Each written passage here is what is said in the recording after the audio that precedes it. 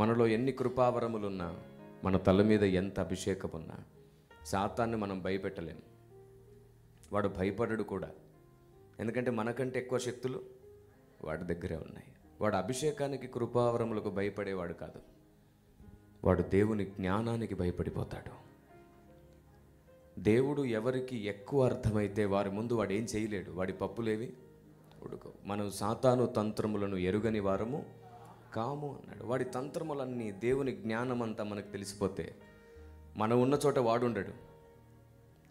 దుష్టుడు తరమకుండానే పారిపోతూ ఉంటాడు. ఈ చివరి దినాలలో సంఘానికి అత్యంత ప్రాముఖ్యమైనది ఏదైనా ఉంది అంటే అది దేవుని ఆలోచన విధానం.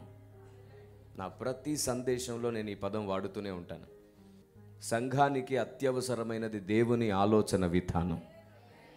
అది కరువైంది కాబట్టే బుద్ధి లేని సంఘం తయారయ్యే ప్రమాదం ఉంది. అది కరువు అవుతుంది కాబట్టే సాతాను గెలిచే ప్రమాదం ఉంది. అది కరువు అవుతుంది కాబట్టే మనలో అనేకులు చెరపట్టబడుతున్నామంట. వాడికి నా జనులు జ్ఞానము లేకయే చెరపట్టబడుతున్నారు, నా జనులు జ్ఞానము లేకయే నశించిపోతున్నారు అన్నాడు. మనం ఇలాగా అన్ని సంఘాలుగా ఇంతమంది సేవకులుగా కూడినప్పుడు నిజంగా ఇది చాలా ఆశీర్వాదకరమైన దినం. ఇంతమంది సేవకులు ఒక దగ్గర ఉన్నారంటే ఆత్మదేవుడు చాలా గొప్పగా పనిచేస్తాడు. సేవకులందరి అభిషేకం ఒకటై పనిచేస్తే అది మనం ఖచ్చితంగా ఆశీర్వాదకరమైన దినం అవ్వాలి. Praise the lord.